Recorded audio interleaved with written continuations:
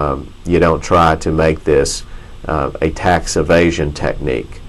You're very mindful of the limitations on fraudulent transfers. So you want to find out very early if your client has any, not only existing creditors, but anticipated creditors. And you want to consider what level of assets they're going to need for their business going forward, their reasonable expenses as they go forward. That's relevant too, to the extent that you impoverish yourself as part of a tactic to protect yourself from creditors. Those can be overturned by many states' fraudulent transfer acts.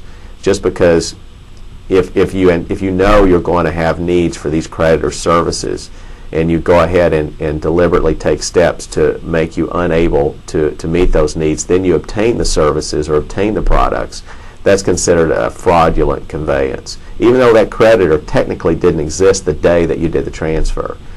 So we want to get in advance. We want to get substantially in advance of any anticipated creditors. That means that you want to do your asset planning before you have the crisis, and it allows you to sleep at night. And then when that time comes, you're not vulnerable to claims of a fraudulent transfer because you didn't defraud any existing creditors, and you made provision for your reasonable needs going forward. If you have substantial income, if you're a doctor, if you own a business, that can be sufficient to cover all anticipated future creditors, unless there's something specific you know of out there, and you can deal with them.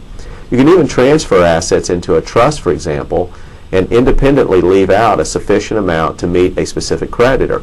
Or you can even place in the terms of your trust a provision that says that all of these assets are fully protected from any claims of creditors, with the exception of U.S. State Bank with an existing loan 314624, balance on this date of approximately $2.3 million.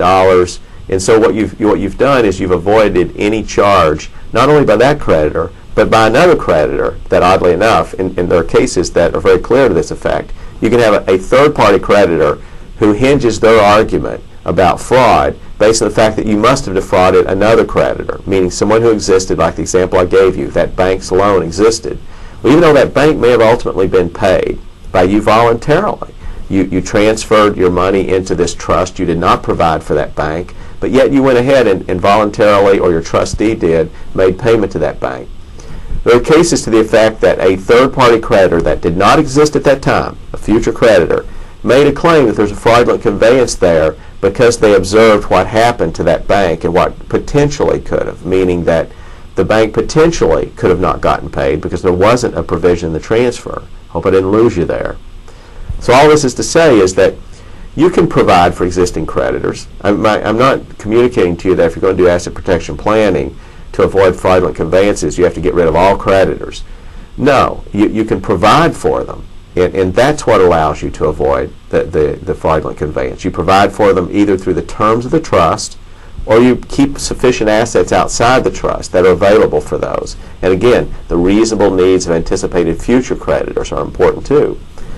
While these may seem to straitjacket to a great extent what you're trying to do here, I mean, you're worried about being sued by your customers, or you're a doctor, and you think that at any time that lawsuit may come down the pike for $10, $20, $30 million. I mean, these are limitations, sure, that I've just described to you here, but they by no means emasculate the trust in terms of its asset protection terms. If you're somebody who's not in that situation where they're not there, what you're doing is not something that is devious, or it's not something that's going to be found by a reasonable court to have been fraudulent.